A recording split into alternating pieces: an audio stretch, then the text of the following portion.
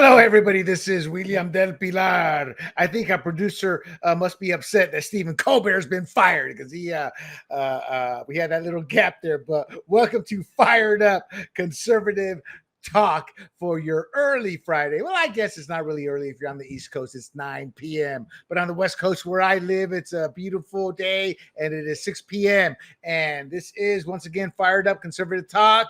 And have we got a show for you tonight? If you're a conservative, it's going to be a happy show for the most part, despite the Epstein files. We're going to talk a bit about that. And as we all know, the Wall Street letter came out, another nothing burger, and everybody hates it when Trump says, I'm going to sue. But I got to be honest, he's got a pretty good track record with suing, and I disagree with my partner Big John, very good guy. Check out his libertarian shows, Free for All and Liberty Talk. He thinks this is bad when the people win. I think we've gone so far to the left that they've abused the Sullivan Act. The judges abused the Sullivan Act. They literally let these media companies get away with everything but murder. So I am glad Trump's winning, not because I'm a Trump fan, but because we need to rein in the media with the lies. And Trump's got in settlements based off technicality with one, and ABC and Stephanopoulos lied, and CBS, they were pretty much caught red-handed. There was no given they would win in a court case, and the worst part of it all are the depositions. So we'll see what happens with the Wall Street Journal, but Trump has been taking a lot of flack, by what I call MAGA grifters, people we all follow, people we all love, and we can disagree with them, but they think they're more righteous than Jesus Christ right now. And my issue, for example, is last week there was an ICE raid that freed 14 minors in a camp with rapists and potential pedophiles there. That came and went. To me, that's now more important than the Epstein case because we're never going to know the truth about that. But regardless, we're going to talk about the latest with the Epstein case. We're also going to get into another story that again, the Epstein case kind of covered everything up, but the FBI probe with Brennan and Comey is happening.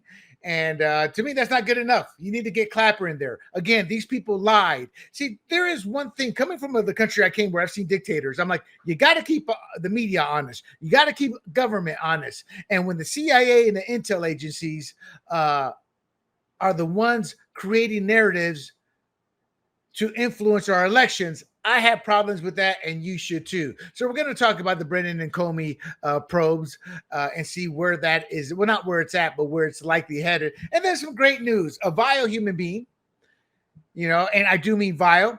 I mean, he wishes death on conservatives, people who wish death on conservatives. I'm like, the world will be a better place once you begin your next journey. And that is Stephen Colbert. His show was canceled. The leftists, as they always do, are trying to make more of it than what it really is. We're going to talk about what that means. We're going to talk a little bit about the ratings, late night. I've talked about this a lot on my Red, White, and Rude podcast, which deals with culture and politics. And these shows have been dying for more than a few years now. And supposedly, that show costs nearly $100 million a year to produce the whole show. His salary alone is $15 million. So, and when your ratings are $2 million a night, and a cable show probably at 10% of that budget, maybe 15, 20% of that budget is beating you. Yeah. There are better uses for that money on a network that is slowly dying. As we know, network television is dying. So we're going to talk about that. I'm going to see maybe G, my co-host here, has some champagne on hand. Then we're going to talk about another story that's been buried. And that is the Donald Trump is doing is something that nobody's talking about, again, because the Epstein story has buried everything. And we're going to see what happens here, because this is a very interesting chess move that President Trump has made. That's actually checkers. That's how basic this move is, and we're going to talk about if it was ego, strategy, or what. And then we're going to celebrate again. We're going to celebrate because another vile not person. Well, their CEO's a vile human being, a racist bigot. She's what you call a representative of that white suburban mom with I forget what it's called, the soft expectations of big whatever. It's race. It's another word for racism. George Bush said it politely, but it's when white women in the suburbs really think they're much superior to you, so they have to help you. You know, I saw that a lot with my mother. And what makes it worse is they don't even realize they're that type of person, you know, and that's the CEO, Mar, of NPR/PBS that got defunded. We're going to talk about that, how much, what they say the possible repercussions of it are. And before we get going here, and I introduce my co-host here, Mr. Jee-Man, do not forget to bookmark grumblingsmedia.com, and you're following us more than likely on YouTube or Rumble or Apple, Spotify, Pandora. Grumblings Media is our profile handle. So once again, bookmark grumblingsmedia.com. Follow us on YouTube, Rumble, Apple, Spotify, Pandora under the handle Grumblings Media. And for those of you listening live, make sure you give us a thumbs up and you like this video. Mr. G-Man, how are you doing? It looks like you're wearing, what do they call those things that you get from Hawaii? Like you're still stuck in Hawaii. LA. Yeah. LA, there you go. I didn't get LA. This is just a really cool shirt with, I like wearing like dress shirts that have a little bit of flair to it. So this is a flowery flair, kind of like reminded me of Julius Caesar with his crown type of thing. So I like this royal shirt. But yeah, I'm the G-Man, and there's a lot to talk about today. I mean, there's a lot of news out there, and you're right. Epstein has taken the air out of the room, which is unfortunate. And what's surprising, and I know you're going to talk about this, but Trump's numbers, I call this a flub on Trump's part. I mean, I get why maybe he's holding back on not releasing the files or whatnot. But I thought, man, this is, especially the media saying, oh, this is the death knell for the Trump. Now MAGA is going to unravel and fall apart, and his numbers are up. And I'm sitting there going, wow, I just don't even get this. Why his numbers are up. I would imagine that they're down, and then with the Wall Street Journal article, this story is crazy. But outside of the story, there's a lot of good stuff, and Trump is doing some amazing stuff with the 2 bills that have been passed. And I know we're going to talk about those today as well. But it's like, why does Epstein have to take the air out of the room? So then there's late breaking developments just in the last hour or so, which I think. What's that? Fill me in. Oh, well, Trump basically said we want the grand jury notes to be released. Oh, yeah. So it's not releasing the client list. It's not releasing everything the DOJ has. It's basically going to the judicial branch and saying, you release what you have over there. I think in an effort to like basically quell this controversy. And I think maybe it will help a little bit. But in the end, Trump's in the corner. Pam Bondi's in a corner. They need to release the client list, and whatever hell might come forward, it's going to come forward. There's going to be people filing lawsuits against the Trump administration saying, you put my name out there, and I didn't have anything to do with those underage women. And there's going to be a ton of those. So they're in a corner. I think we'll get into that. I don't want to shoot my wad right now, but I just think initially. I'm glad we're talking about the other stuff because a lot of good stuff's happening. The death of one of the late night shows. I mean, I just call it a liberal late night show. I mean, that's just amazing to me. That really means people are not watching it. In the end, that's why it's dying. It has nothing to do with Colbert. Has nothing to do with, the CBS network saying we don't want the show. Because if it had high ratings, the show would still be there. It's because people are tuning out. Agree. G, real quick to the audience, G, I think it's more of a dictator fetish. You see a lot of dictators with the shirt showing how many stars. I mean, he's got so many stars there. It's all bundled up. Looks like a what do they call it? The psychiatrist when they show you that. The Rorschach test. Yeah, the Rorschach test. Yeah, but that's the first thing I didn't think of. What you want to see here. It means something different to me. And to make it worse, I'm like, well, he's Indian, I'm Latino. There's something about us nations like that where you always see the general with all the stuff on there. And on a side note, G, if you guys haven't seen it, it's devastating. It's like a scene out of a movie. It's a province from G's homeland there, India, where these guys walking in, as they're walking into the hospital room, there's like 3 or 4 guys there. It's a gang hit. Have you seen that video? No, I have not. Oh, yeah. I guess it's a revenge gang hit. This guy got out of prison because of health reasons. He's in his hospital bed, and these guys look like they mean business. I'm telling you, Khan would have had a hard time with these tall guys, and they arrested all of them. It's like because they have them all on video, And I was like, holy mackerel! And America. That's what's coming here even more so if we keep on the path we are. There's a reason we I'm not an immigrant per se, but immigrants, they flee that. They leave that. I guarantee you a lot of Panamanians and Puerto Ricans, we fled that. And I'm sure G will agree, a lot of Indians, they flee that because we have law and order here. And that is going away. Yeah, that's right. I mean, India is very chaotic in terms of when you go. I mean, I love the country. But when you go there, there's no lines on the street. So you're driving on this road and cars are driving every which way. And if you want to cross the street as a pedestrian, you basically have to play Frogger, right? Oh. So, and good luck to you that you don't get hit. But I mean, there's 1.4 billion people. I think it's the most populous country in the world now. There's 1.4 billion people there. And if you get hit by a car and I mean, they'll just drive off. Most of the cars look the same there. Good luck to you. But again, like you said, people like my parents, they came here for a better life and they brought their culture with them because that's what they grew up with. But they didn't want to bring India here with them. They didn't want to create India, a little India here in America. They wanted to live the American life where it's safe, it's prosperous, and then they could still celebrate their own culture. But they don't want to bring all of India and make America India. Exactly. And I say that for all cultures who, you get people coming here and they want to push their culture onto American culture and make this more like their home. It's like, well, just stay in your country, enjoy that, because that already exists. America is something different, it's something special. We all agree that American exceptionalism. And I think a lot of immigrants do come here. The ones who come legally definitely understand that. You play by the rules, you stand in line, you come here, and you're grateful for what you have. Right. Exactly. Yeah. I don't think people realize, especially people who've never left the country, or hell, when I go back home to Fayetteville, North Carolina, there's a lot of my friends who've never left Fayetteville, and I'm being serious, and they're not the exception. We're the exception.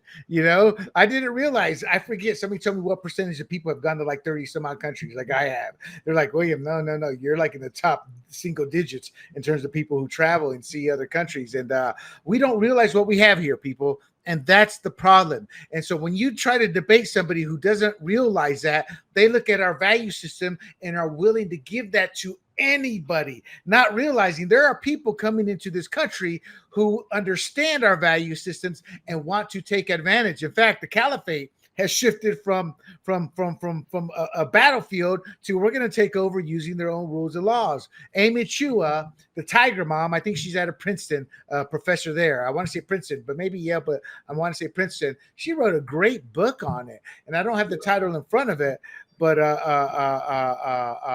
it's incredible how she hits it on the head. How nations since the dawn of time that have welcomed the outsiders, or when they've been conquered, allow the outsiders' way of life to continue on. They eventually take advantage of that and take over from within. And that's happening exponentially. And our producer, Big John, says only 45% of Americans have passports. I knew somebody, a former NFL VP, that was his only mode of identification, was his passport, because he lived in New York City and never got a driver's license. So, all right, G, let's get into this show here. And the first up is obviously the Epstein saga. Right now, there's been so much flack that Trump hasn't instructed. Here's what people forget.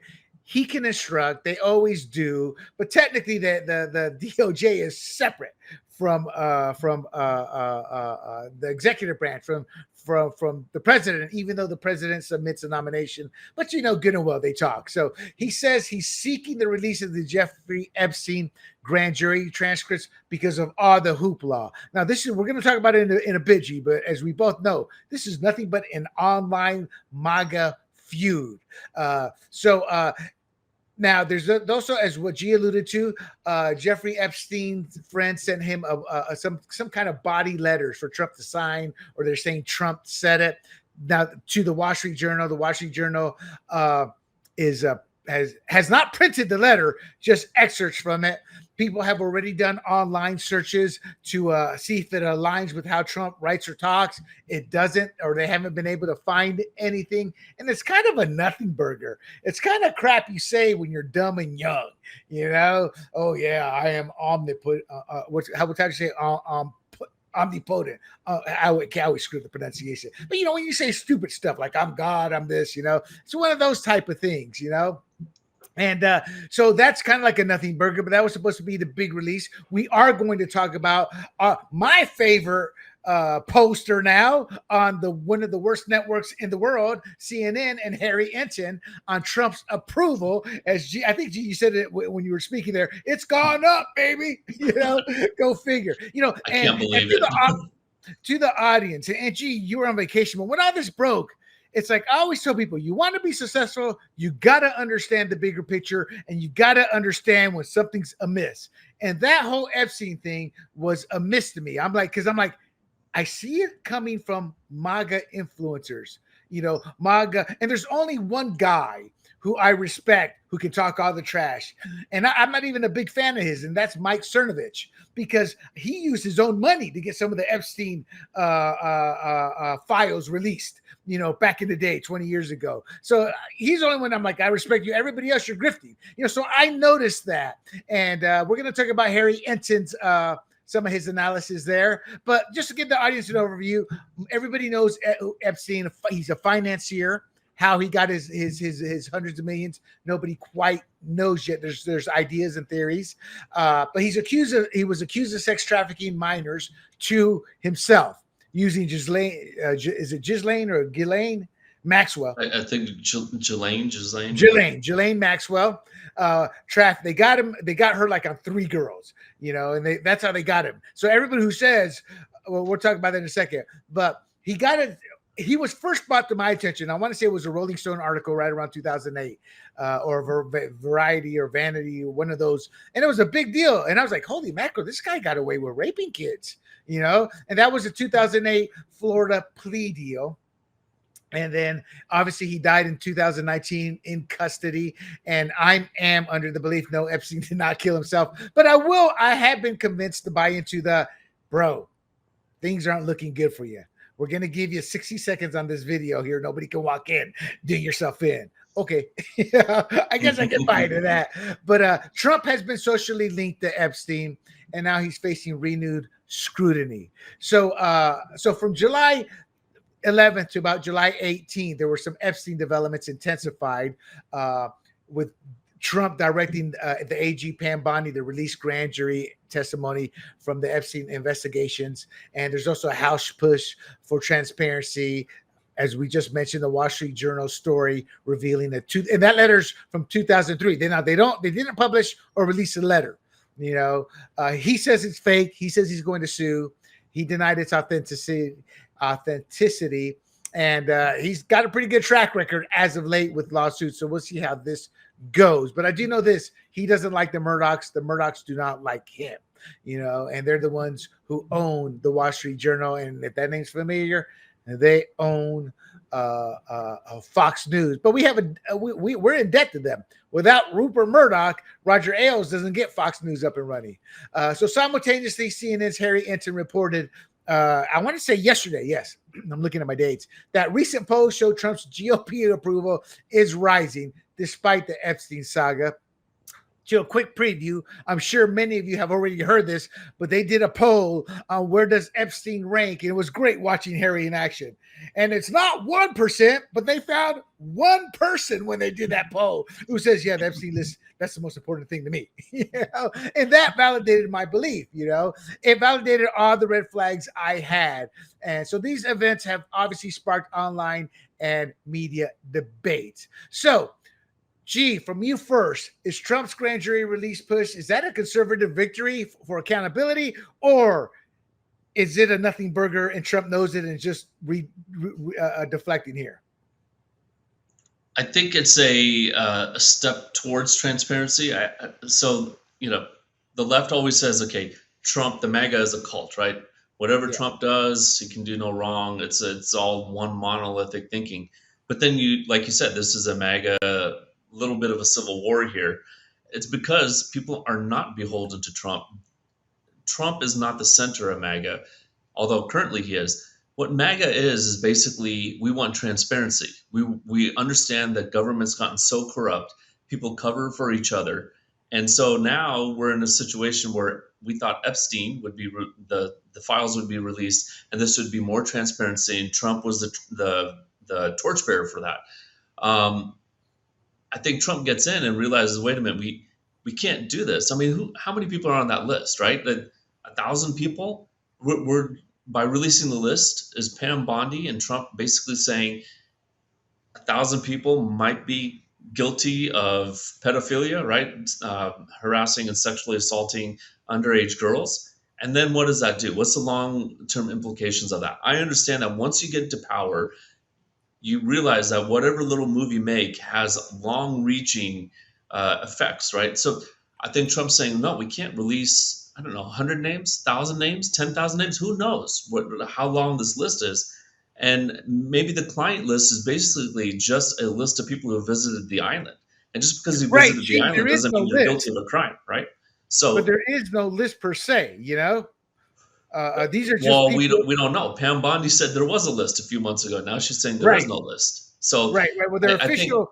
Let's backtrack into that then, real quick. Well, let me just answer your question real quick. I would just want to say that I think this move is basically a half measure to say, no, we can't release that. Well, assuming there is a list, we can't release that and implicate all these people. So maybe we can release this to, basically shine some light on the Epstein thing without putting a lot of innocent people at jeopardy. So that's my thinking. Okay, so a couple of points there. Hello, did I lose you? No, I'm here. Okay, so a couple of points here. No list has ever been said or shown, so that list could be his contact list, could be a black book. Right. Everybody has in their mind there's this spreadsheet or there's this list. The dog. Okay, 5 stars here. He likes 12-year-olds, or said he had a great time with this. They think there's an official kind of list there. We don't know. Now, I think we are in this mess because of Pam Bondi. I think Pam Bondi, and we said this a little bit last week, G, she saw the governorship. I say the governorship because I don't think she's presidential material, but some people think she may have been setting herself up using the Epstein list to catapult herself as a potential dark horse. Maybe, but I think realistically, not this cycle, but down the road, the governorship of Florida was in her eye or something like that. But she got out in front of it when she shouldn't have. And when you look back at all the previous AGs, none of them were in front of the camera as much as she was, especially who was the fat man, Bill Barr. He'd do an interview once every 8 months, 8 to 12 months, and that'd be about it. If not, it was like a press conference, an official press conference. This one, and even who's the bigot, the racist bigot for Obama? You know who I'm talking about. There are quite a few of them. So Eric Holder, is it Eric Holder? Yeah. Former AG. Yeah. He sat there. And I had no qualms in calling it like it is, people. Racist bigot. And to the producer, dude, she's very accomplished in Florida. Check out her record before making assumptions because she's hot. 60-year-old hottie. She is. You got to admit that. She's one of the, I'm sidetracking here, but I tell my wife, I said, babe, that is plastic surgery done right, which is an outlier in this world. But are you talking about Pam? Yeah, Pam. She's 60 years and old. She's 60? Yeah, I think so. Well, okay. So that, what's the name of that plastic surgeon? That's pretty good work. Exactly. So, to the producer, a bigot is somebody who is stuck in their ways, refuses to change, and a racist is somebody who doesn't like other people because of their skin color. So I think I'm on solid ground there. Okay, so that said, she got ahead of herself, and I think because she got ahead of herself, she put her foot in it, and she's created this whole big issue. She's the one who blew it up. Then you get Dan Bongino. I've never been a big fan. Like, I respect him. I admire everything he's done, but he's not my cup of tea.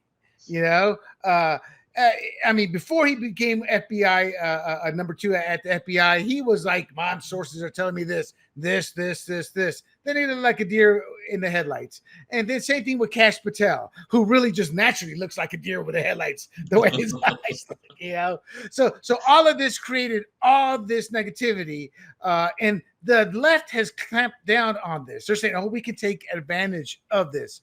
So, G, do you think the left is going to be able to take advantage of this? Hakeem Jeffries is definitely trying. No, they can't. They had the files for 4 years, and Trump actually put a post out about this.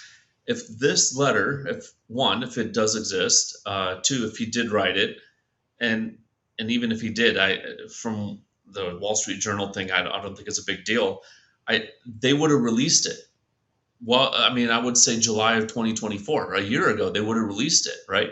And they would have said, okay, this guy's not fit, or he did something here, and we got the goods on him. But no, I think it's a nothing burger because Biden had it, right? And okay, maybe Biden wasn't president, really. I mean, he wasn't named, but whoever his underlings are, who was running the country, they would have put it out there. So, that whole debate in June wouldn't have happened because, and again, maybe this letter, maybe Trump did write it. I don't know. But when I heard the details about it, I'm like, this doesn't say anything. I mean, we all know Trump's a womanizer. We all know Epstein's a womanizer. We all know Bill Clinton's a womanizer. We could just go on down the list. So is that a big thing anymore? This is not the 1990s. Right. So you think the letter is a nothing burger? And, I think it's even if it is true, you think it's not going to do anything? Okay, so let me give you some details about the author of this letter. Or not the author of the letter, but the author of the article, Khadija Safdar, right? So she writes for the Wall Street Journal. Well, who did she used to work for? Well, she used to work for, and let me get this right, Mary Jacoby, who ran a media outlet called Main Justice. And let me look. Okay. So she's Glenn Simpson's wife. Well, who's Glenn Simpson? Who's this guy? Well, Glenn Simpson ran Fusion GPS. Oh, well, what does that have to do with anything? Well, Fusion GPS is the outfit that Hillary Clinton hired to create this Russia hoax and the dossier, the golden showers and all that. And they landed on that one because the one they were working on before that was trying to connect Trump to Epstein. But that was problematic because Bill Clinton went to the island allegedly a few times. So now this reporter used to work for Glenn Simpson's wife. I mean, the trail is just so connected right there. You have to wonder, where did she get this letter from, and is it real? And did they just did someone else write the letter and Donald Trump's signature was hand drawn on there? I mean, who knows what happened, right? So the whole thing's shady from here to whatever. I just think that Trump denying it. Now, again, Trump may have written it. So why is he denying it? Because if he admits to writing it, then this is the Russia hoax thing all over again, right? They're making a mountain out of a molehill. So that's why I'm looking at the actual contents of this letter that he wrote to Epstein, 2003? Right. And saying, okay, is there anything in there that's like crazy? And I think only at the end he writes like something about his secrets or something. And it's like, what does that even mean? And can you use the word secrets to Epstein and now you're a pedophile? Like, the whole thing is just seems very fabricated to me. I got to be honest, I think Trump stepped in it too, with it, because I think he's gotten a bit emotional and he's kind of stepped in it at times. But a few days ago, and so I'm saying this, but now I'm going to say this. A few days ago, he said the Russia hoax and this and that, and then this letter came out. So what we didn't know is the administration had been given a heads up that this is coming out. And I think Trump may have said that, this is like the Russia hoax, the Russia collusion, and he said a couple other faux conspiracies. Faux accusations, that turned out to be lies, because that's how he's creating this narrative. And to be honest, that's a narrative that's already out. It's a nothing burger. This is shades of Russia collusion. They're trying to get Trump again.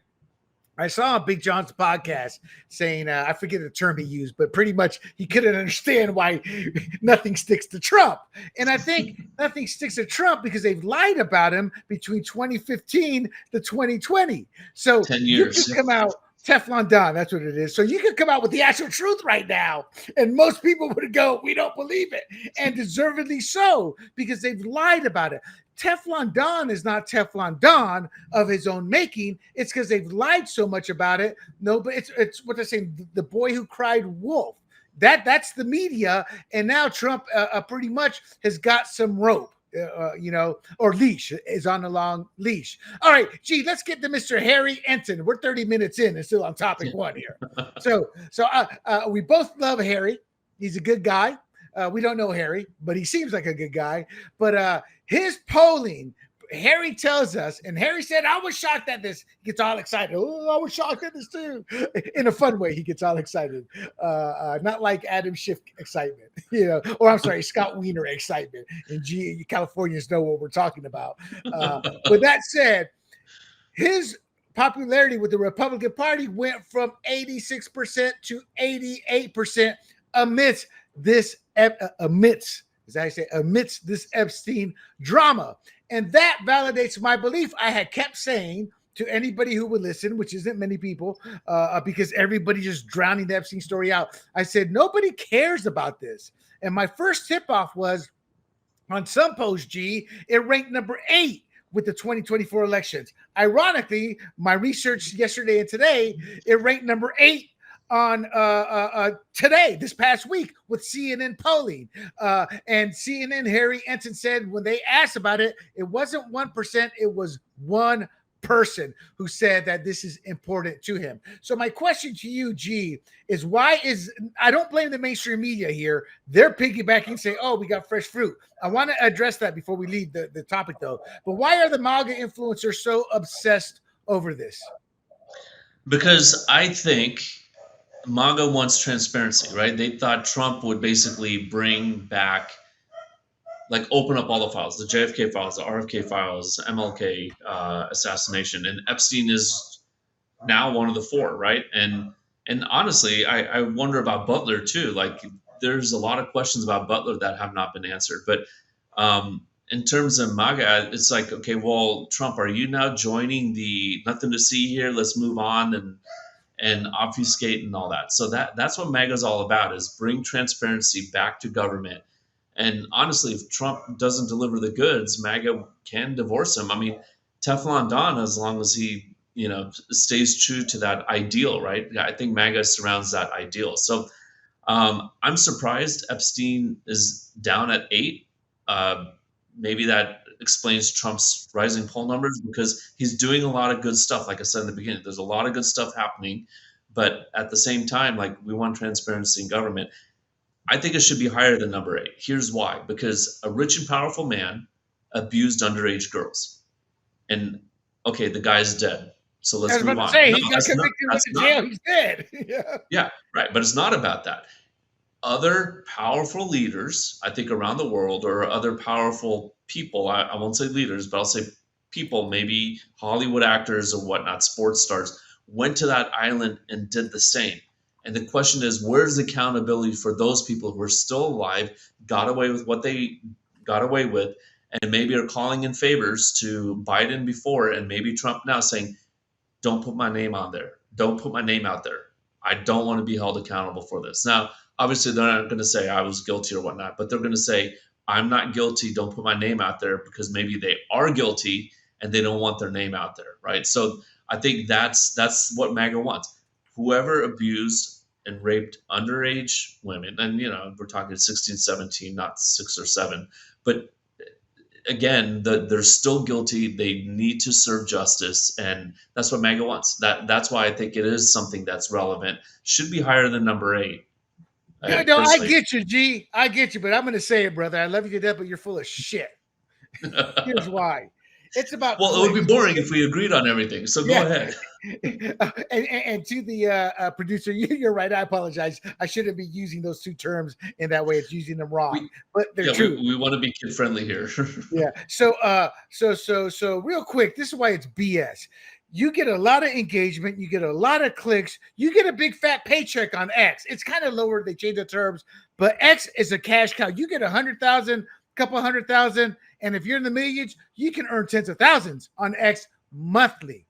Now, all these people are self-righteous, and I'm going to push back even more. Trump is MAGA. Trump came up with the term. Trump ran on it. Trump created it. Trump built the world around it. These people aren't MAGA. MAGA isn't about transparency. It's about making America great again and about making government as transparent as it can be per how Trump saw it.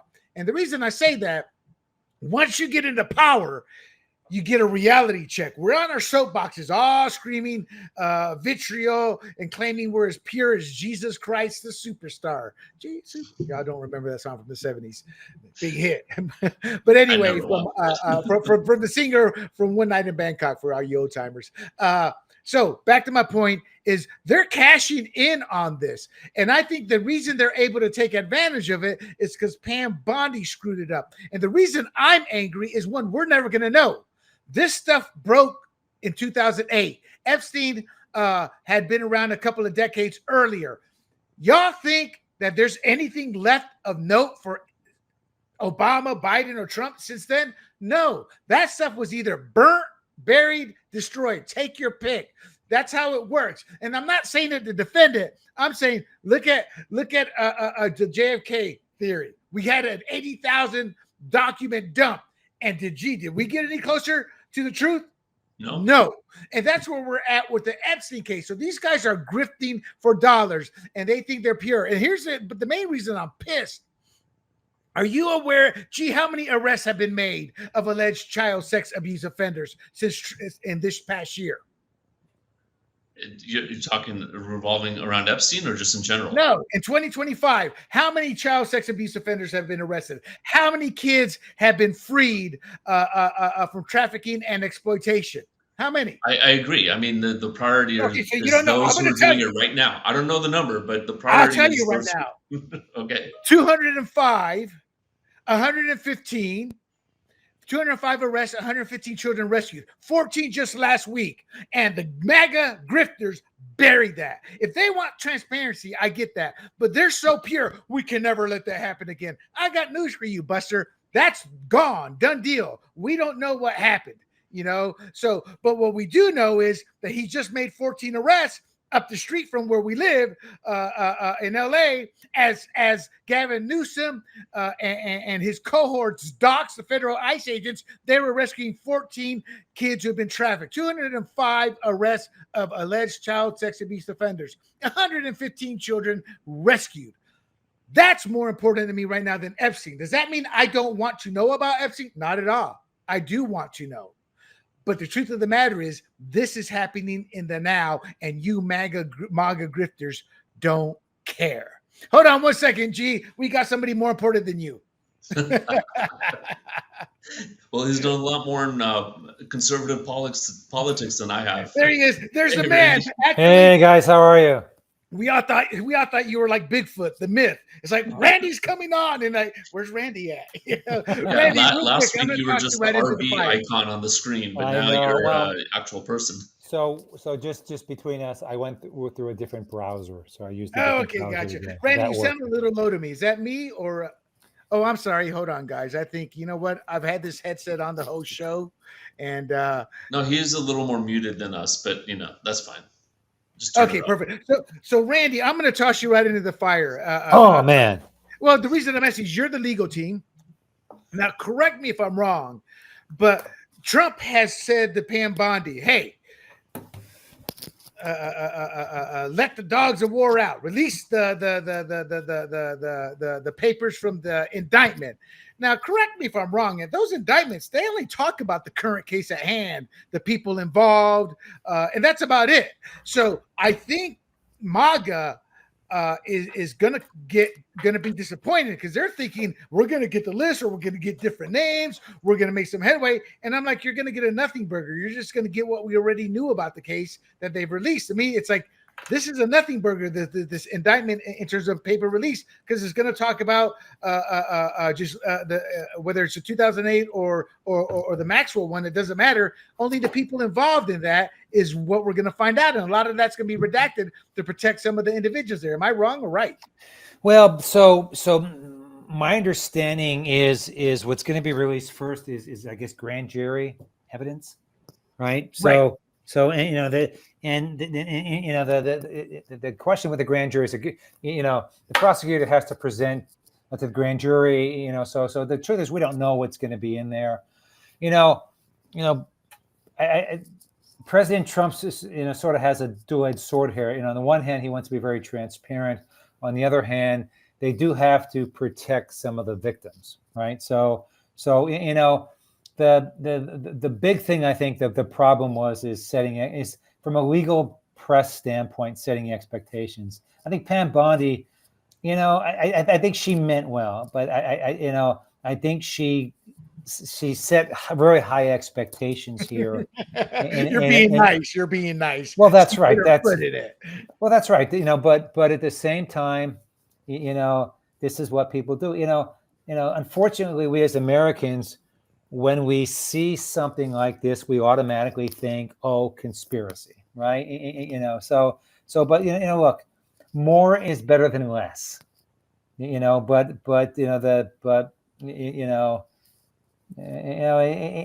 still, from I don't say a MAGA perspective, but from just anybody perspective, it still smells, right? And I'm not sure if he's gonna. The truth is, this would be like the JFK assassination or Martin Luther King or something. The truth is, we pretty much have our feelings as it is right now, and we're expecting to name names, and and probably most of the names have come out already. Right. You hit something important on the head. I saw the Megyn Kelly podcast. She had Ben Shapiro as a guest. Those two podcasts, as I say, are almost as good as mine. But they not quite, but almost. Yeah. So Megyn Kelly, she's like throwing all this pow, pow, pow. And there's Ben Shapiro on the opposite side, knocking them all out the park. And my point is, it was chaos, not in the true term of chaos. But my point is Megyn Kelly was saying one thing, Ben Shapiro was saying the opposite, and they were both legit in the eyes of who believed him. And that to me is what makes it a conspiracy theory. Randy, real quick, your thoughts on the fact that outside of social media, nobody cares. Trump's approval rating went up a couple of points. The Epstein file is not on anybody's radar outside the MAGA influencers who are kind of screwing it up for Trump in a way. It's kind of a self-inflicted wound. What's your thoughts on the fact that outside of social media, mainly X, nobody's really talking about this? Well, I think there's two things. There's talking about it and caring about it, right? And, the problem is the left has a talking point now, and the people within the conservative movement and the MAGA movement have a talking point against Trump at some point. Oh, he didn't honor his, what he said he was going to do. So, the sad thing is, I think President Trump thought last week that he was going to be able to just go beyond this and do what most presidents do and like have other things that are more important, and the public will forget it. The problem is, I think this is probably the first test for President Trump with the MAGA movement, outside of the amnesty issue, which I know you were talking about a little bit, which is going to be, I think, even bigger. But President Trump's trying to let, I don't say a bit of air out of the balloon, but he's trying to bring some more transparency here. The truth is, if he's going to be transparent, you can't be half transparent. You sort of got to be full transparent. And full transparency, I think, is Show us everything. Show us everything that doesn't have the victims' names in it. Period. Well, see, that's just it. You'll never have full transparency or even half transparency because this is jump the shark and become literally a full. And people deny this. They're like, no, the truth is out there. Yeah, but this is conspiratorial. It's become a conspiracy now, and we're never going to find the truth. Okay, so let's keep moving here, though. Real quick, gentlemen, my theory is this. What brings MAGA together? The mainstream media. They are now using Epstein to take their shots, thinking we got him here. And I'm thinking, actually, you're just going to bring MAGA back together. Right? Am I right or wrong? Gee, you first and Randy. No, this whole Wall Street Journal thing is going to backfire because if it's shown, if it's shown to be false, that will definitely bring everyone together because this is the golden showers Russia hoax again. But if it's real, the golden shower. Yeah, remember that? And then remember that? Yeah. It's real. I'm sitting here going, I'm reading this Wall Street Journal article going, okay, if it's real, big deal. He wrote a happy birthday letter 22 years ago and said some vague stuff. And now all of a sudden it's, hey, I know that you're, sleeping with underage girls, wink, wink, wink, good job. Like, that's not what the letter says. It doesn't even hint towards that. Gotcha. Exactly. Okay. Randy, your thoughts, and I'm going to add this to it, is will it backlash on them? And do you think this goes any further than where it's already at, or do you think it's peaked? In other words, it's going to go away. As far as Epstein or Epstein. Yeah. The backlash and Epstein. I think Epstein will always be with us until, I'd be honest, I think it's never going to go away. I think the importance will die down over time. I think there will be a bit more transparency on it, but as far as the Wall Street Journal article, I think President Trump is going to win that. He's going to win that litigation. He just filed papers today. The President Trump now has told all the press, I have a winning record, and when I think I'm right, I'm going to win. I think that was well played on his behalf. I think. If this is a typical, if this was a typical administration, I would say that somebody's head will roll right now. Right. Somebody would have been fired, and I think Pam Bondi's too important to be fired. And Dan Bongino is a good guy, and I think Cash is a good guy. So I don't think President Trump will have anybody's head roll right now. No, I agree. Gee, before you answer if this is peak to the audience, Pam Bondi's got a phenomenal track record as the AG of Florida. When I was doing my research, I was running across. But when I did my research on her, what she did after she became AG and went on Fox News, was talking about the case. What's that saying? When you get too far out ahead of yourself. That was her that was her what's the word? That was her shtick in Florida. She always did that. She didn't realize on a national level it's much different. But she's effective. Like I said, 250 arrests, 100 and some odd kids already saved. She's doing her job effectively, as is FBI. So, G, do you think this is peaked, or do you think we've got more? It's going to get worse? I would have to say, I don't think it's going to get worse. I think it's as bad as it's going to be, and I think it will improve from here. I don't think the grand jury notes are going to be satisfying to anyone. I thought it was summertime. I think Trump kind of thought the same thing as summertime. Randy, you said earlier, like, we can't release the names of the victims. I'm thinking more it's about the people on the list that had nothing to do with the underage girls, right? And is trying to protect them from guilt by association. So I think in the end, I think it will level off and then probably just fade into consciousness as we move on to more important things. Yeah. That's my take. That's my take is there's too many wins that Trump has had and is still having. And when the next big emergency heats up, this is going to go to the wayside. Like you said, Randy, it will always be there. But I think this is played out. I think it's more MAGA for some reason, acting as if they're purer than Jesus and better than Trump. And here's the thing. I also think this is going to get shut down a little bit because Trump takes care of those who take care of him. When some of these influencers who normally get invited to Mar-a-Lago, normally get invited on stage, normally get the kudos during a rally, when that starts to go away and their follower counts drop, because some of their follower counts will drop, they're gonna back off, I think. And people say that's not right. That's politics, baby. I mean, whether you like it or not, that's politics. Everybody does it. So when people single Trump out, are you a moron? Shake your head. Yes, you are, because every politician does it. All right. So let us move on now. So the FBI probe heats up. There's criminal investigations into Brennan and Comey, which is good news. So the FBI launched the FBI and CIA director in Brennan and FBI in Comey. Initial thoughts before I get into an overview on this, G, when you first heard it. Me? Yeah, when you first heard the news. I mean, I've been hoping this would happen forever. I mean, again, like with the Epstein thing, if anyone's guilty there, they should be held accountable. Same thing with Comey. I mean, Brennan, these guys, I think they perpetuated this Russia hoax. I think they knew in the beginning that there was nothing to this, and it eventually played out, right? And I remember James Comey came out with the whole Hillary Clinton email thing just to seem like he could be fair, but I think he has a vendetta against Trump, and I think he misused his power. And I don't know if he broke the law, but I believe he definitely, at the very least, misused his power to perpetuate something to stall Trump's agenda in the first term. And now I think his head has to roll. I honestly do. And especially, I don't know if the investigation is going to go into the, what was that? The 86, remember that 8647? Yes. Yeah, on the seashore, with the seashells or the rocks.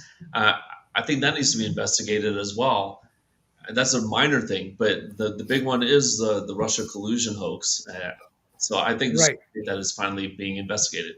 What were your initial thoughts, Randy, when you first heard that they were doing this? Yeah, look, I think as we were talking, there's a lot of stuff going on that I didn't think I'd see in my lifetime, but there's a lot of bad behavior that Comey, Brennan did, which was people who've been in those roles before would toss over in their graves. They were so un-American. They were.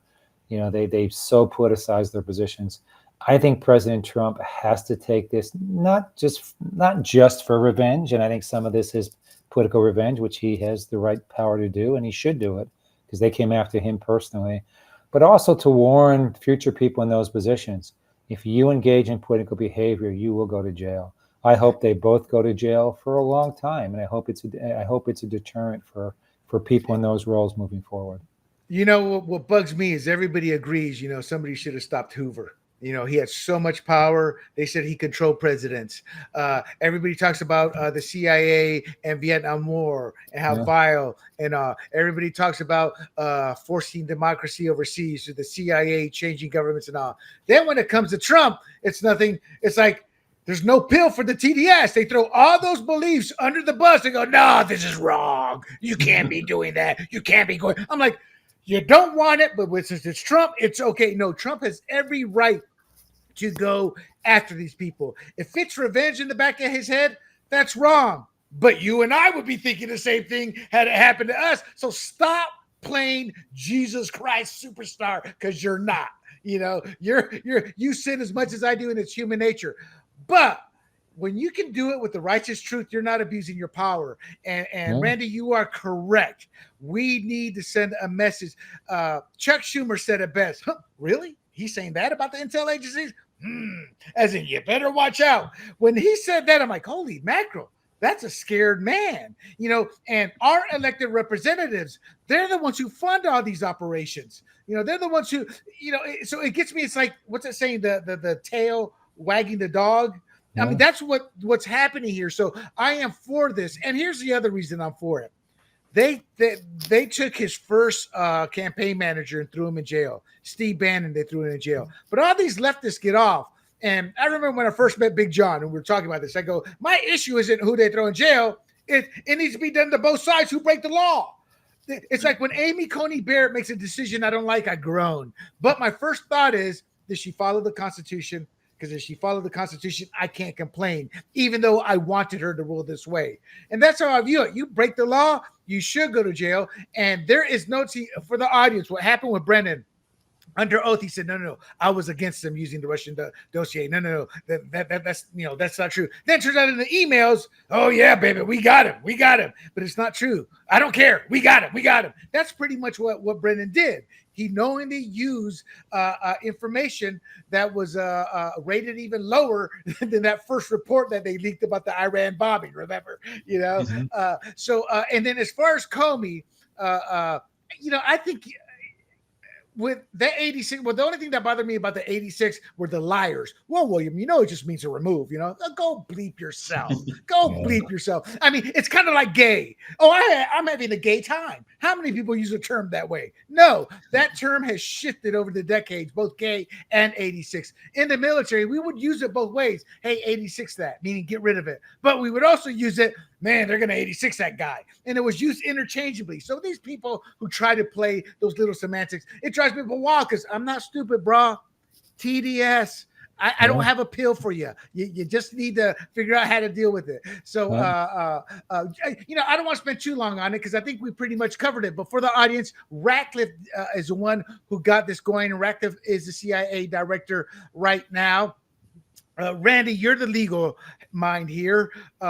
What can they do legally to hold them responsible, or is this just a lot of political noise we're seeing? Well, look, there's always going to be political noise, but they're breaking the law. You lie to Congress. There's conspiracy. And the truth is, there's a bunch of charges that they could be convicted on. The big thing is, put them. What I say is, put them through the whole process that they put the president through. Put them through the public trial. Put their families through what everybody else, had to go through. I mean, the truth of it is, these guys were evil. They, they abused their power, and they should be serving a time in jail. They should have, ankle bracelets on because, and you can't. And people say democracies, but you can't have an FBI director doing what Comey did, and you can't have a CIA director doing the same thing against one of them was a sitting president. I mean going against the sitting president, and then it was an ex-president. And I mean, come on, that's not how we treat people. This is not Venezuela. This is not Brazil. Where the Brazilians are going right now. We're different, but anybody who does that. And I don't know if they were stupid or just they thought they were just emboldened, but what were they thinking? Did they think President Trump was ever going to have the chance to rise again? No, they did not. No, that's just it. They weren't dumb in their minds. In their minds, Randy, they're like, "We've got this guy. He's toast." Yeah, and this is what I told my partner Big John this, my wife, anybody who would listen. Americans, and I learned this growing up, and I saw it with Panamanians. And there's something about you see a fighter, and that's my guy. So with Clinton, believe it or not, the Democrats saw a fighter. This guy's overcoming. Oh, he's my guy. With Obama, Black America and Democrats saw a fighter. With Trump, those all conservatives saw a fighter, and the problem is Brennan, Comey, all of them, they didn't see any of that with any of these names I mentioned if they looked at him. But all they saw is he's part of this machine now, and this is how this machine runs. And they didn't realize that Trump he's going down as enigmatic, is that the proper word? Is one of the most enigmatic presidents in our history, the most dynamic. No, not the most, but one of the most dynamic, one of the most charismatic. He's just he has that, as they say in Hollywood, that it factor. And I don't think, to answer your question, Randy, in my long-winded way, it's they didn't think they would deal with any of that. And I think with any other president in my lifetime, even Reagan wouldn't have been able to survive this barrage like Trump. And if you think who the Republican nominees were, nobody could have even come close. Trump was so far ahead of the field with everything. Yeah. Jeb Bush would have been asleep at the wheel for 3 years before he realized what was happening. I'm just picking on your Bush family people. Yeah, okay. High energy Bush. One thing I was going to say is that I think a lot of MAGA, they're MAGA because they believe that there's two rule sets, right? One for the rich and powerful, and one set of rules for everyone else, right? So rich and powerful, like Comey, like Brennan, they get away with this kind of stuff, and nothing will happen to them, right? Now, Trump is rich and powerful, but he doesn't have those rules set up, right? Remember, he had a mugshot, he had indictments, he had court cases, he was shot at, and people look at him, especially after he was shot at. Yeah. People look at him, and I saw these African American comedians and stuff saying, that guy is a gangster. He's one of us. Badass, real badass. Yeah. And it was like, okay, this guy doesn't have those set of rules for the rich and powerful. Basically, the rich and powerful are trying to shut him down, right? Yeah. And I think that's why he won. I mean, Kamala was a terrible candidate as well. So I think that is a huge factor in this, that Trump is going in there and saying, no, you don't get to get away with this, especially Comey and Brennan. I think there is a little bit of revenge. I agree with Randy. But again, you don't get to get away with this because you're rich and powerful. All right, G, you got the last word on that, brother. We're at the 1 hour mark, and we're at 2 topics. My God, we got to speed up here. Let's get to some good news. Let's pop the champagne. I wish. Oh yeah, where's my champagne? Yeah, I finished my champagne already. So this is a topic that I normally do on my culture show, the Red, White, and Rude. Tune in on that every Monday, Tuesday at grumblingsmedia.com. And but I wanted to talk about it here because everything we just talked about with Trump being charismatic and enigma. The mainstream media can destroy you. And it's not just the mainstream media, it's part of the culture. Late night television over the last, since Trump took office, has been nothing but a leftist machine that has bled those networks money. And the Stephen Colbert show was canceled. Randy, your thoughts when you heard it was canceled? Well, my first response is boo-hoo. My second response is he is one of the most miserable partisan people I think I've ever seen. How the hell did that little dweeb ever have a show? He was just miserable and partisan. I mean, oh my God. So, and that's an editorial comment by Randy Berholtz.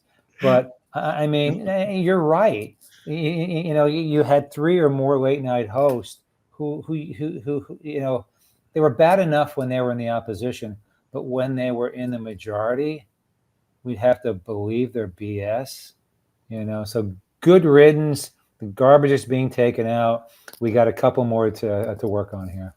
Well, the show G costs approximately, word on the street, i.e., my sources, i.e., the internet, says that it costs about $100 million a year. I found that across multiple articles, and during some of the other podcasts, they were talking about $100 million a year to do that show. He was paid himself $15 million a year. He was averaging at his peak 3.5 million total viewers. Johnny Carson, I don't know, maybe our producer can look it up, but you're talking, I'm guessing, but maybe 15 million a night. So $3 million, $15 million a year, 100 million. Network TV is, they're not bleeding. They are hemorrhaging money. So the night before he got canceled, he came out and went on a little tirade about how they had paid off Trump because Paramount wants to get that deal. Paramount, that Viacom that owns CBS, wanted to get that deal, and they got to go through government regulation, and Trump's people are in power. So he went off on that. Then the next day he got fired. Now CBS, all the politicians are saying, we need to investigate this. I'm like, my take is this, and Randy, correct me. You're the legal guy, so please chime in. But my take is, even if it was a political reason, they're still a private company and they can do what they want. But at the end of the day, they said it was financial, and $100 million to produce a show that gets about 1 million people a night to watch. To me, it's a no-brainer. Randy, your thoughts? Do the leftists have an issue with the sense? Let's say they were right that CBS canceled the show because they just didn't like his politics.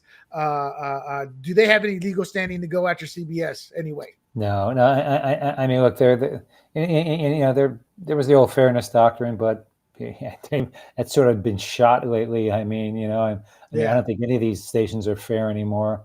No. Reagan did away with that. I thought the fairness doctrine. That's right. No, that's right. So they can't complain about anything there. There doesn't have to be any fair. Secondly, there's a private company. Private companies make money. you know, and a private company caters to, you know, to its audience. Your audience goes down, you know. You know, the sad thing is it's gone as long as it has. And truthfully, what's sad too is it's still going to be there until, like, what was it, March 2026? May. Frankly, May. Fire him now. Get him out of there. I mean, truthfully though, you know, if you got, and this is from years as a general counsel, if you tell somebody they're being fired, you fire him now and you walk him off the set. Can you imagine how damaging this guy is going to be? You know, so I mean, truthfully, if I was CBS, pay him to March 2026, May 2026. Get him out of there, because he's going to be damaging their reputation moving forward. Right. So G, in the demo, 100,000 is a death knell, meaning if you have like 100,000 or less, you don't even rate. And at Fox, you're canceled. On MSNBC and CNN, and obviously these late night shows, that's fine. But they were getting 250,000 people a night in the 18 to 49 demographic. Again, that's another death knell. Greg Gutfeld on cable was beating them. And to set the audience up for this is, network television is free. That is in every single household. You put rabbit ears, you get it free. Cable, you got to pay. You technically, Fox News is on a tier that you pay for. You don't have to pay for it if you don't want it. Greg Gutfeld was beating them. Your overall thoughts on all of this? No, I mean, I think there's a sense on the left that they have news fatigue. I think with Trump getting into office, they just don't want to hear anything. They want to go enjoy the beach or whatever they do in their off time. And I think they've tuned out. I mean, all the ratings of all the networks are going down. I think even Fox. I mean, there is a, you know, between elections, there's a lull in attention span. And late night, it's so political. I mean, okay, so I remember watching Johnny Carson as a... Ooh, Johnny, here's Johnny. Yeah, I mean, I don't remember anything political about him. I remember seeing Reagan get on there and George H.W. Bush and Clinton. I remember these guys. I think Johnny Carson was still on there when Clinton came on there. But then Jay Leno, I would watch that guy. I would even switch over to David Letterman, who was a predecessor on the late night or the late show. And I would sit there and I would have my, you know, after a long day of college, have my late night steak and I'd watch him. And there wasn't anything political, right? But then George W. Bush gets into office and then it's just rag on George W. Bush. I don't think Jay Leno did. He did, but when Obama came on, all these other guys stopped ragging on Obama. And I would hear something about Obama in the news and I'm like, okay, I got to watch David Letterman because he's going to rip into Obama. And it's like a lighthearted, like, hey, you know, Obama did this, big deal. And I'm sitting there going, wait, if this is George W. Bush, they're ripped into him. And then when Trump came on, I mean, they just tripled down on, you know, tearing apart Trump. And Biden gets in. And I think this is the death knell, right? Because Biden gets in and he's tripping over things and he's saying nonsensical things. He's fumbling and people are saying, oh, that's just a stutter. No, he thinks he's saying something. And the late night show guys didn't have anything to say about it. I mean, can you be any more partisan? And I think a lot of people just said, wait a minute, with Biden coming out this past year and everything being covered up, all that news coming out, people are looking at that going, wait a minute, you guys didn't make fun of Biden? And there was plenty of material there until the debate. After the debate, then they're like, okay, we got to get rid of Biden, so time to make fun of him. So I think all of that plays into the declining ratings. And I think the Gutfeld thing, I watched him. I'm not a big Gutfeld fan. I mean, I think he's fine, but, you know, I agree with you. But I think the future is Jesse Waters. That guy's kind of a comedian, but you know, more of a dry humor, and he runs his own show like Sean Hannity. I think that's the future. Like, present the news, have some humor about it, and I think that is the future, in my opinion. Well, for the audience, Gutfeld had his big high was in 2024, 4.9 million. 2024, literally 5 million people, and Colbert's was at 3.5 million in 2020. And I think I look at it from I judge all network television, all movies, everything. When people start to talk about how good or how bad, I'm like, we are 350 million people in this country, and you're only able to get 1 million people a night on network television. when it used to be part of America's culture to catch late night before going to bed. And I agree, G, it's become partisan. Final question on this topic. What should, because we both know, real quick, G, I apologize. And to the producer, you're right, it's a different media landscape today, but still, most people like to catch a little TV before going to bed. I do as well. But real quick, G, on Jimmy Fallon was not. He was going, hey, he's a candidate. I'm going to treat him as a human, and he completely changed, and it's going to cost him his career as a late night host when they attacked him for humanizing Trump. You guys remember that? When he interviewed Trump and they accused him. So I give Jimmy Fallon a little slack, but he's as much a wuss because he should have stuck to his guns and did it. But real quick, I think Fallon's next. Kim was on his last contract. And I said on my Red, White, and Rouge some months back, they're all gone because of the financials. It's too expensive. The winds of change have happened. The country's going back to be center right, and they're all done. So real quick, Randy, what do they replace that slot with?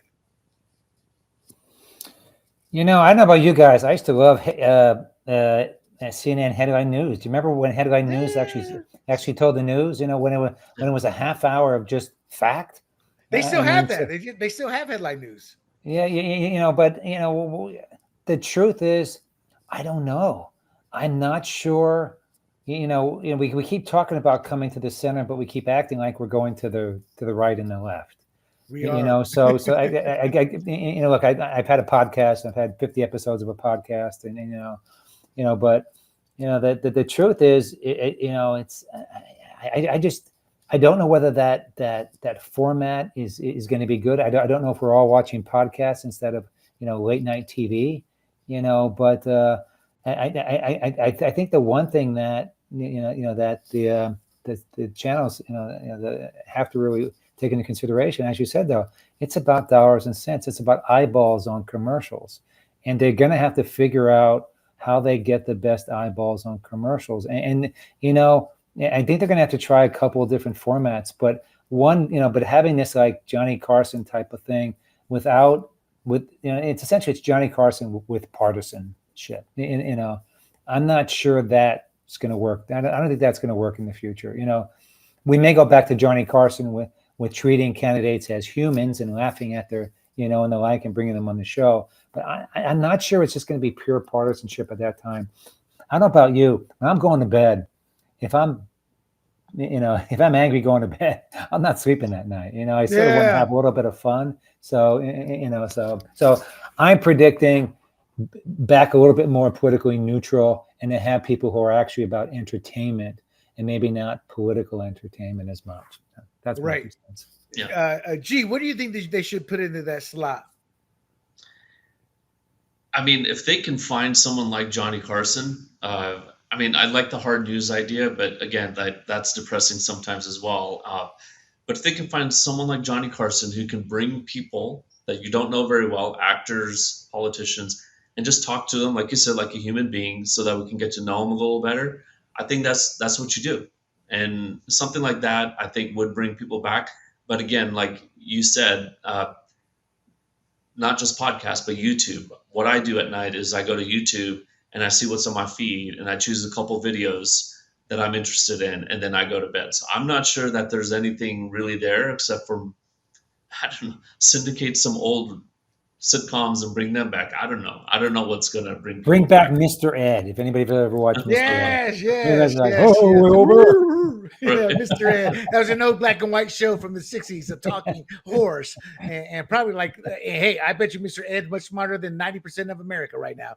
Okay, so you guys don't, Randy, you should remember, but nobody could compete with Johnny Carson. Every show that went against him died. I remember the last big attempt was Joey Bishop, who used to be a writer for Johnny Carson. And I remember watching me and Big John talk about the roast, and Johnny was was making fun of him, as were others, because they gave him his own show late night, and it was failing miserably.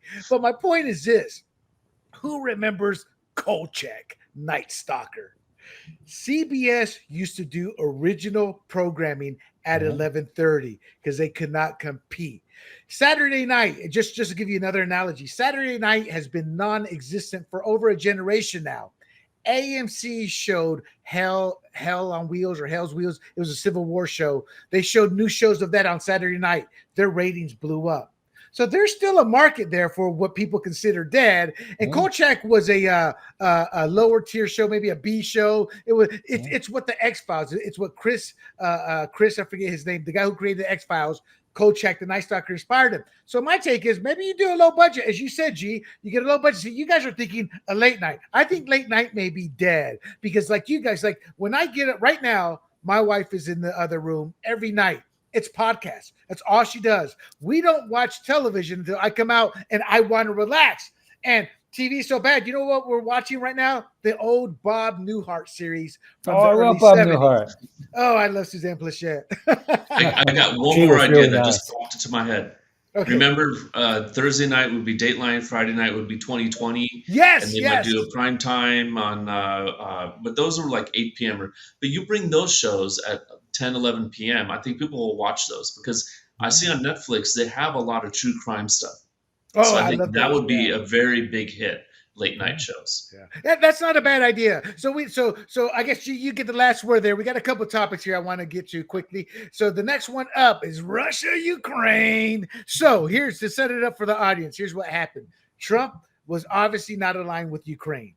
He thought he could convince Putin. I thought he could too. I'm like, well, he keeps saying they have this relationship. Putin says it seems maybe he'll get him to the table. Well, Putin was like that mean girl who is your friend, but then stabs you in the back. Every time he would try to get him to the peace table or something would happen, Putin literally would go and attack Ukraine. Terrible optics for Trump. And I guess something just happened about a week ago, and Trump was like, enough.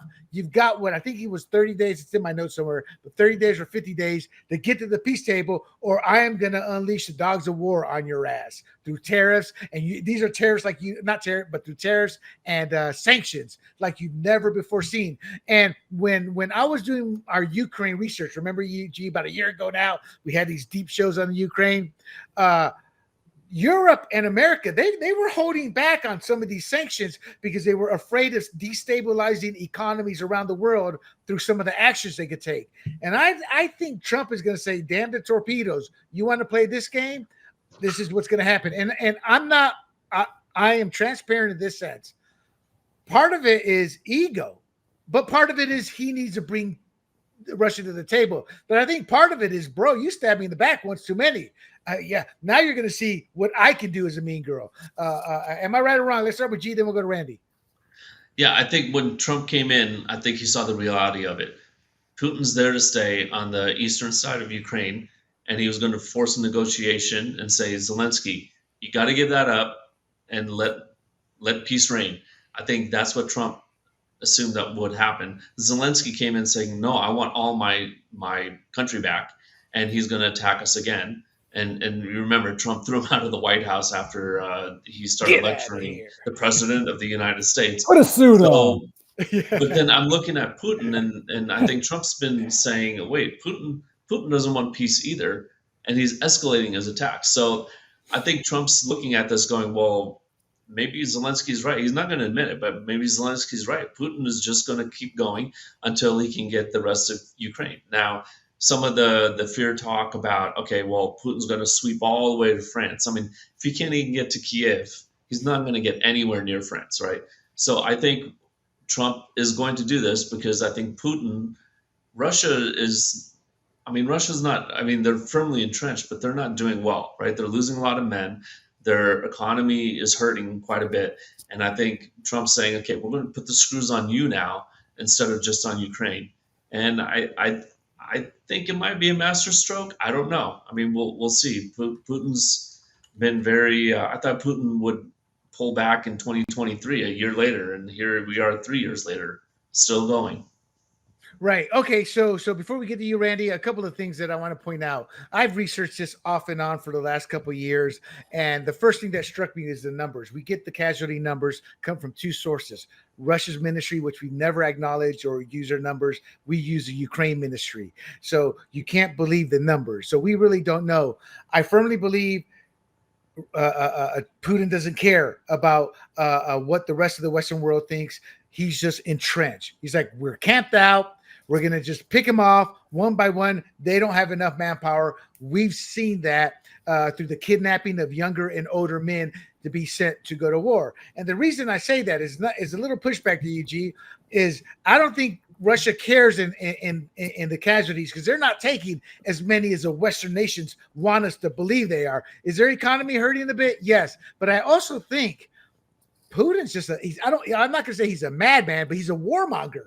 I think he sees no issue with this. So when people say he can't get to Kiev, is it Kiev or Kiev? He can't get both. He can't get to the capital. I think it has nothing to do with it. I think he's just entrenched. He's going to take Crimea. He's going to take 1/3 of the lands. But for some reason, I don't think he wants more. He just wants war. I think he just wants to establish himself as dominance. So just to push back a little bit on what you said, to give them another outlook on it. Your thoughts, Randy, on all of this? And I got a couple follow-up questions before we close this one out. Sure. And guys, look, so I'm a bit biased. I'm German and Polish. And my grandmother was born in Poland, but at that time it was occupied by the Russians. And so she was on her birth certificate, and her immigration papers, it says citizen of the Tsar. So even before the communists, and you had Putin, and before them you had the communists, before the communists you had the Tsar, and before that you just had the Russians. So this is not a communist. This is how the Russians are. They're bullies, and Putin's a bully, and the way they treat a bully is to punch him in the face. And look, Putin is a world class, judoka, double, like triple black belt in judo. Oh, that's right. And so, but that's how he understands. He likes to play chess at the same time. Putin's guys have always been threatening nuclear war. Oh, we're gonna, London's gonna be decimated or something else. But I think you guys heard this week, and I think I just heard it in the car on the way home. But this week, Trump's, I don't know if it was the Defense Department or the Secretary of State. Somebody came out and said, if you make any further inroads into Kiev, we're going to take out Kaliningrad. And I don't know if you know about Kaliningrad. So, the Russians, after the wall fell, captured this territory between Poland and Lithuania, and it's called Kaliningrad. And I don't know how many men they have there, but evidently they have nukes there. But for the first time, I heard a U.S. person saying, "Go ahead," almost Clint Eastwood, "make my day. If you do this, we're going to take this." And if you think about it, frankly, we are at war with Russia. It's no matter what, the West is at war with Russia. We just are, and we're fighting through the Ukrainians. We're testing our weapons, to show dominance there. We're testing battlefield techniques. We're testing drone techniques. The truth of it is now is the U.S. needs to really understand, and I think President Trump does. We understand that we're really fighting the Russians, and we're poking their weaknesses right now. We're not coming at them directly, but we're doing it through the Ukrainians. And for me, I think we need to let the Russians know we know where your weaknesses are. And oh, by the way, you push further into the Crimea, the Ukraine, we're coming after Vladivostok. We're coming after those Japanese islands that you took after World War II. So the best way to beat a Russian, I don't say it truthfully, the best way to beat a Russian government is to treat them the same way. It's strength. And if they think you're weak, you're done. You gotta go from strike. And President Trump, the last couple of weeks has been great. He's sort of saying, okay, I gave it a shot. 50 days. You got 50 days now. Boom, you're not going to do it. We're going to send our Patriot missiles. The Germans are going to send their tanks. And oh, by the way, we're going to keep doing this. So. Okay, that's a great segue. Because Trump I thought this was masterful. He killed two birds with one stone. Get off my back. I'm going to give Ukraine those weapons now. They're going to go through NATO. And they're going to buy them. because Europe's been talking a lot of trash. They've been trying to be the big men on campus. We're going to supply Ukraine this and that. And all of a sudden, what do you mean we got to buy those weapons? What do you mean we can't buy those weapons? And they're refusing to buy the weapons now. So that just came out a couple of days ago, where they're saying we weren't informed of this. We're not going to buy these weapons, et cetera, et cetera. So my point is I think Trump exposed Europe for the cowards they are, and Europe really wanted us. They didn't want us. They want us to completely fund this. So I think Trump the ball is in Europe's court now. Trump is saying we're not going to fund this war anymore. Period. But we're willing to supply the weapons, but you got to buy them. Now Europe is balking. Your thoughts on that? We'll go to you first, Randy, then to G.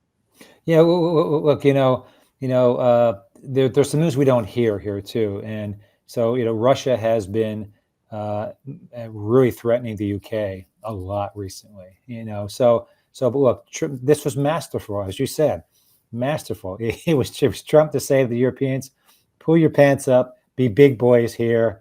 You want to fight? Hey, this is your territory. These are your countries. If you wanted this to be Russian blitzkrieg like we did in World War II with the Germans, okay, we can do that. But if you truly want to fight, here's how we do it. We give the weapons, you pay for the weapons, and you fight."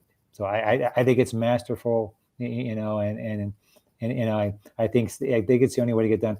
I think the Europeans will come around because Trump has challenged them. He challenged their manhood. I mean, come on, let's be honest. You guys really view Macron and Starmer as men? Maybe the wife. I'm kidding, people. I'm kidding. Nigel Farage will be there soon.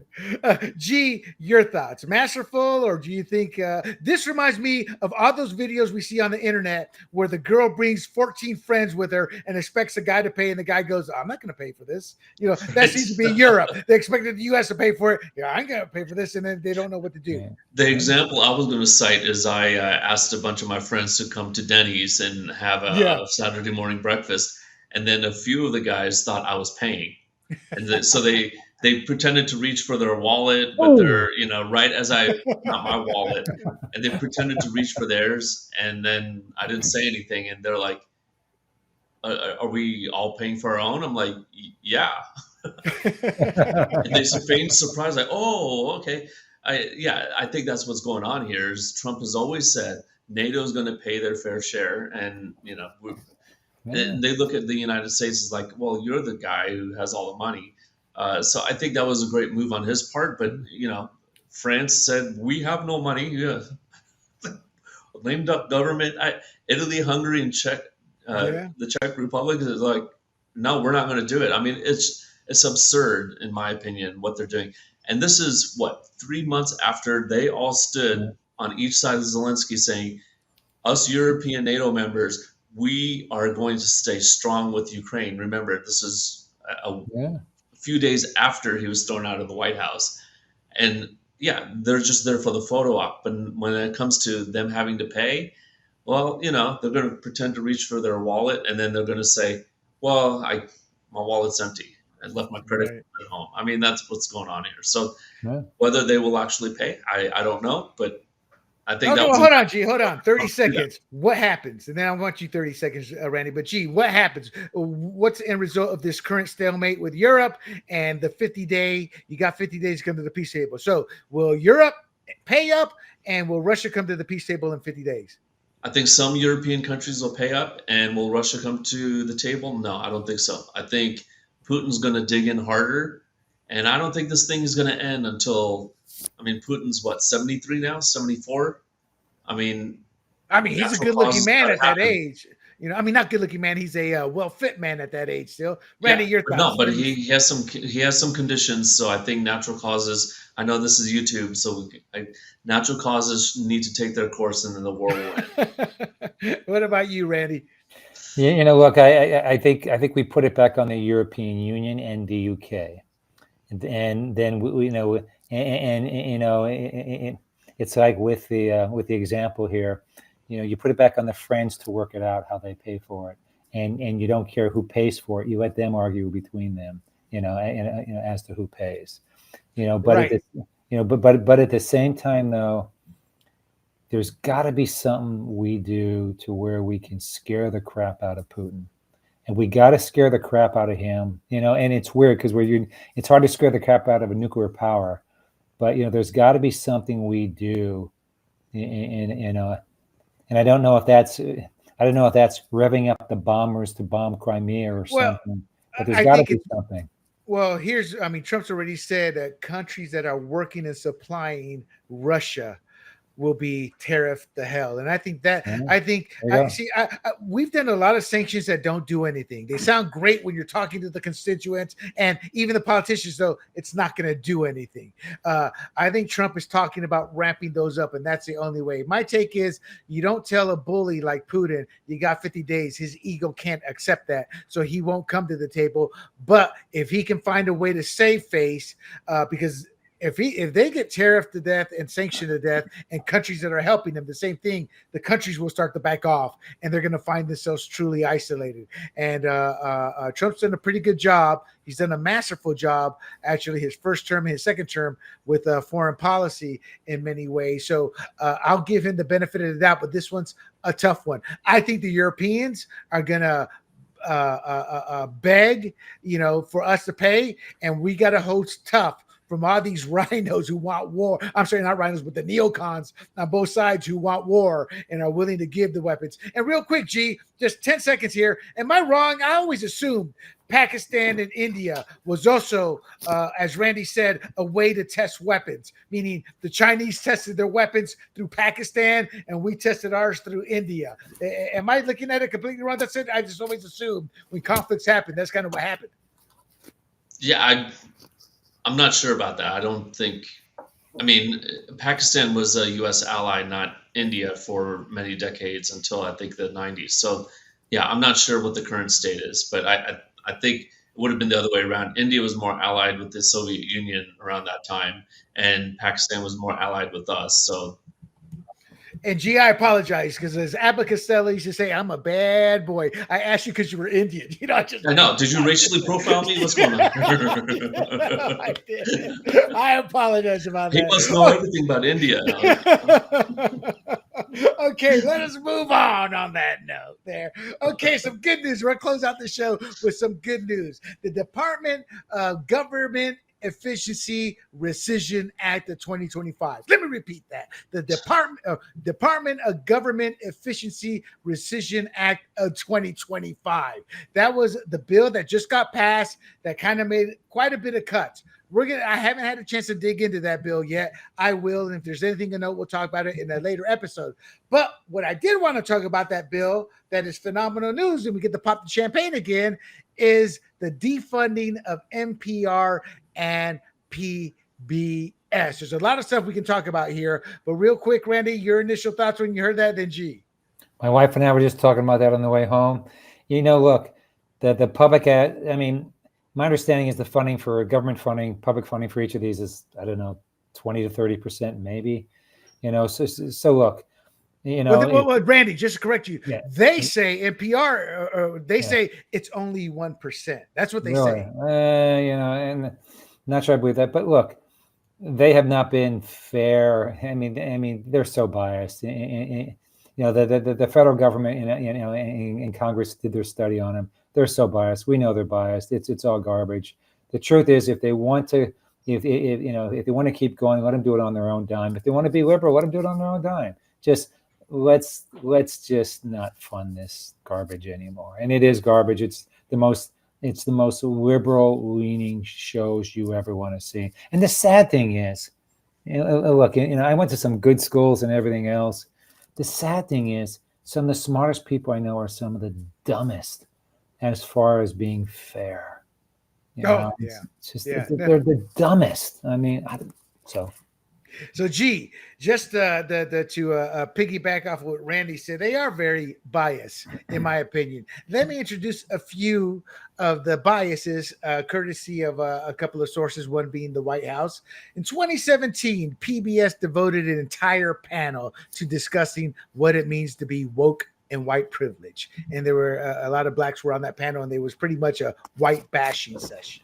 And whether you're white or black, if it's a Latino, I'm like, you don't bash whites, you don't bash blacks. We're all Americans. But they took that time to bash and talk about white privilege. In 2018, the current NPR CEO called Trump racist, shared a photo of herself proudly wearing a Biden for President campaign hat, and serves on the board of a Soros-funded activist group. Now, people can say, well, she can do whatever she wants on private time. Well, this is done on public time, too, on PBS time.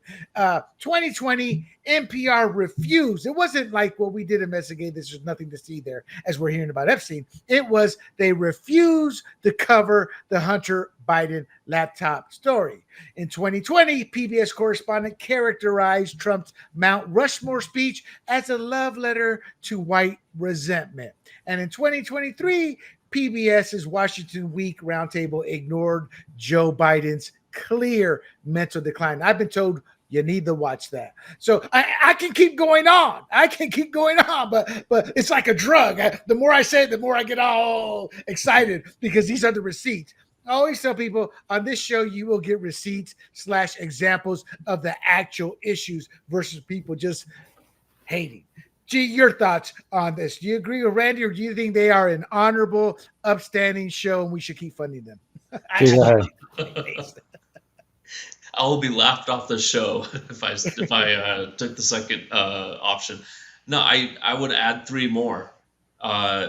During the fall season of 2024, they had an episode on Kamala Harris. They had an episode on Donald Trump. And then they had one, I think, in December or January at the end of Biden's term on Biden. And when you watch the Kamala one, it's about her middle-class roots and how she grew up and overcame the odds and how amazing she is. When you watch something about Trump, I think there are 2 minutes of positive stuff about him after the assassination attempt. And the rest of it was he's a womanizing, cheating, a lot of shady deals, racist guy who muscled his way to power. And then when you talk about Biden, there was a little bit about Biden's mental decline, but it was just mainly about like how amazing he did dethroning Trump. So you can watch all 3 of those. They're on YouTube, and you can see how the bias is there. And this is the thing about going to your original question, my initial thoughts. Like we talk about Colbert, the market forces work. If people are not watching, CBS is going to say we're spending how much and how much we're getting back.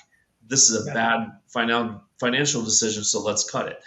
And PBS and NPR have basically no inclination to do that, right? That money is going to flow in, no matter if there's just one person watching it, maybe me watching Frontline, and seeing this bias, and I can think clearly. But so this is a right move. You got to cut the funding, let them compete in the actual free market. And if their stuff is good for the average person, they're going to watch it and they can make money that way. In fact, they will make more money.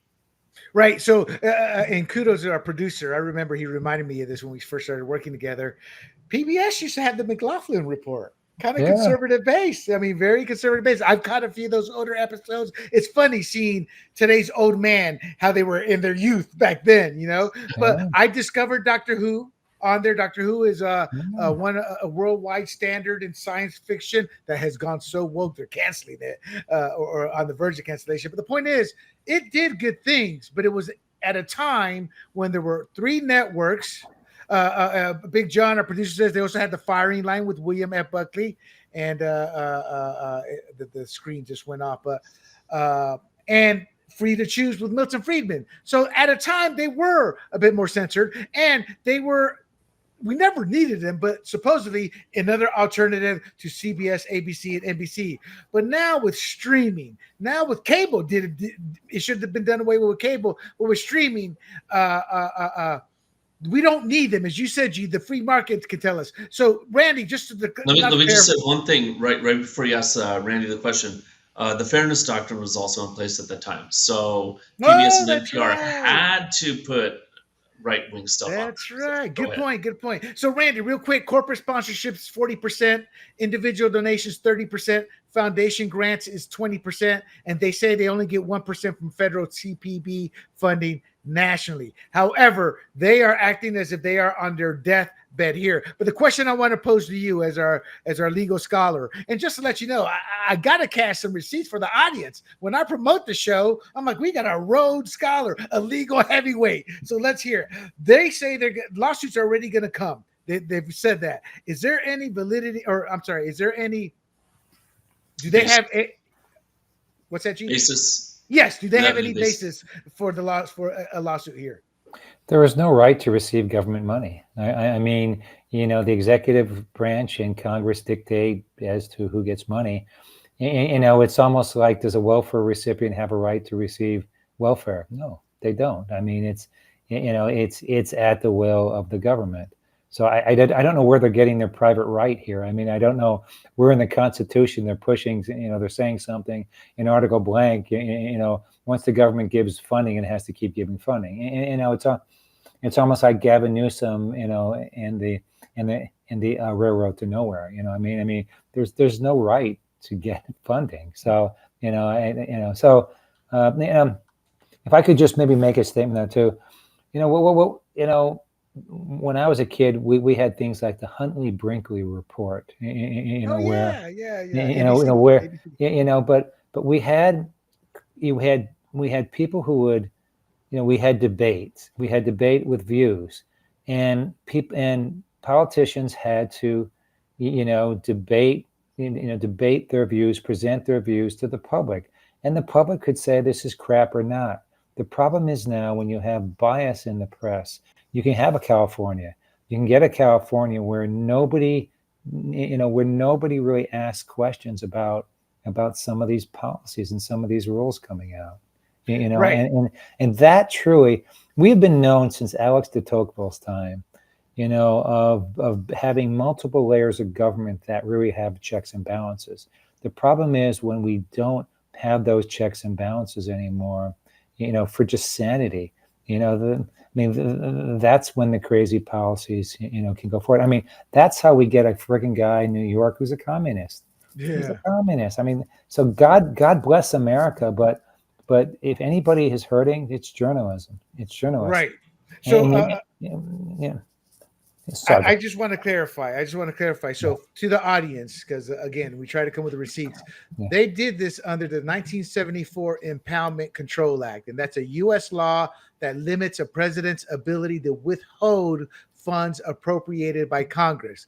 And it requires either a deferral, which is a temporary delay with intent to spend, or a rescission. I hope I'm pronouncing that right, which is a permanent cancellation with congressional approval. And that's what they did here. Now, Randy, just to add a little bit more to see if this changes your mind, is they're arguing that the rescission violates the Public Broadcasting Act and Trump's May 2025 executive order oversteps authority.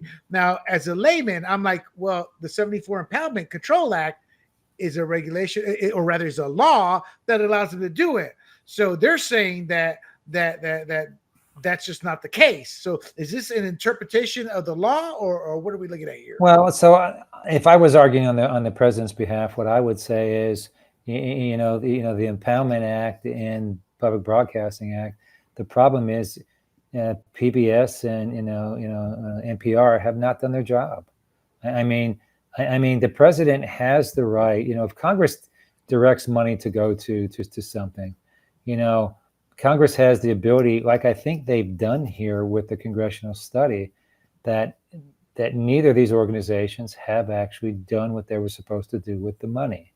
So then Congress and the president have the right to rescind those funds if the purpose is not being, if the purpose is not for the money is not being met. And I think that's what the president is arguing here. That's why they're focusing on the liberal bias issue, because right. That makes perfect sense, because at the end of the day, Amar, the CEO, was all over liberal press saying, I don't see how you can say we're not objective and all, and it's easily proven how biased they are. So from that perspective, I can see it, and I think per what I'm a layman, guys. I'm not a lawyer, but Yeah. per what I researched under that law, it does seem to give the president. And let me say this, and I said it last week: Trump 2.0 is night and day from 1.0. His with all these executive orders, everything he's wanted to pass, he's literally won over 95% of the time in court, because I think they knew they had to come in with their ducks in a row legally, and they've used the law, and even when they've been proven right, they have followed the law, meaning the TROs, the everything that the courts have done, and they come out ahead. And I truly hope, look, guys, we are $37 trillion in debt. Again, people who say, well, that's only 1%, William, or 0.5%. You gotta cut the money from wherever you can. Until we cut entitlement, that's all we're gonna be able to cut are these type of programs. Or I'm sorry, reform entitlement. People hate that term, cut entitlement, but reform the entitlement programs. So I think this is great news. We don't need PBS. I don't care if PBS goes away or if they become the next greatest thing since sliced bread, but figure it out, PBS, on your own, not with my tax dollars. So I am fine with this. Gentlemen, before I close out, the G-Man, how can they find you? And Randy, I did not introduce you, so tell the audience a little bit about yourself and where they can find you. G, go first, sir. Yeah, I mean, you can find me on X. I post right here. Let me know. SDGOP. And yeah, that's where you can find me. I post somewhat often, but I mostly hit retweets. So yeah. Outstanding. Randy. Yes.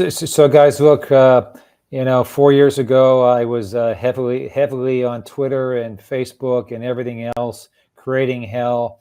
A couple of weeks into the Biden administration, when they were kicking everybody off, and 80% of my emails, 80% of my tweets were being deleted. My wife and I talked about it, and I went off. But I kept politicking at the same time, and I focused on my business. Now I'm back, baby. So right now it's just LinkedIn, but I'm going back on all channels and everything else. And so, like I say, if you need me, hit me up on LinkedIn. But expect to hear from me in the coming weeks. Outstanding. And with that, I want to thank both my guests, my co-hosts here, the G-Man and Randy Berholtz. And you will hear more from Randy as I bring him on, especially with the legal scenes.